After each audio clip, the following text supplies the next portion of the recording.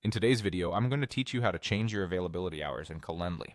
By the end, you'll know exactly where to go, how to tweak your weekly schedule, and how to handle one-off exceptions so your booking page always reflects your real availability.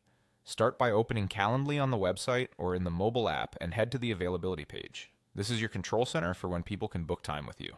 You'll see your schedules listed here. If you already have recurring weekly hours, select that schedule. If you don't, create a new schedule so you can define your standard work hours once and reuse them across event types. On your schedule, click directly on any day's time block to edit it. You can adjust the start and end times to match your preferred hours. If you work in segments, say a morning block and an afternoon block, use the plus icon to add another time block on the same day. Need to clear time you no longer want to offer?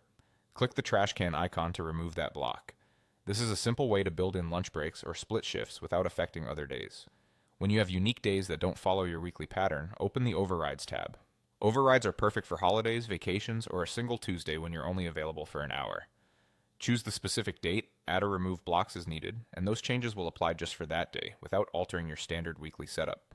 If you're on desktop, the flow is the same. Log in, go to availability, click into your weekly schedule, adjust the time blocks, use the plus icon to add more, use the trash can to delete, and continue until your week looks right.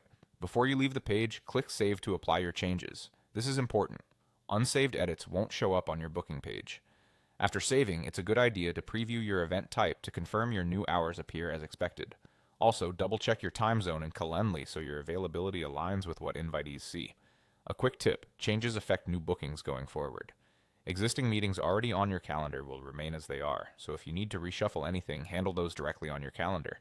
Finally, if you want to add buffer time around your meetings, those helpful gaps that prevent back-to-back bookings, use this video as your guide to find the right place to do it in Calendly. Once your hours are set, with your weekly schedule and overrides dialed in, you're ready to offer the right times every time.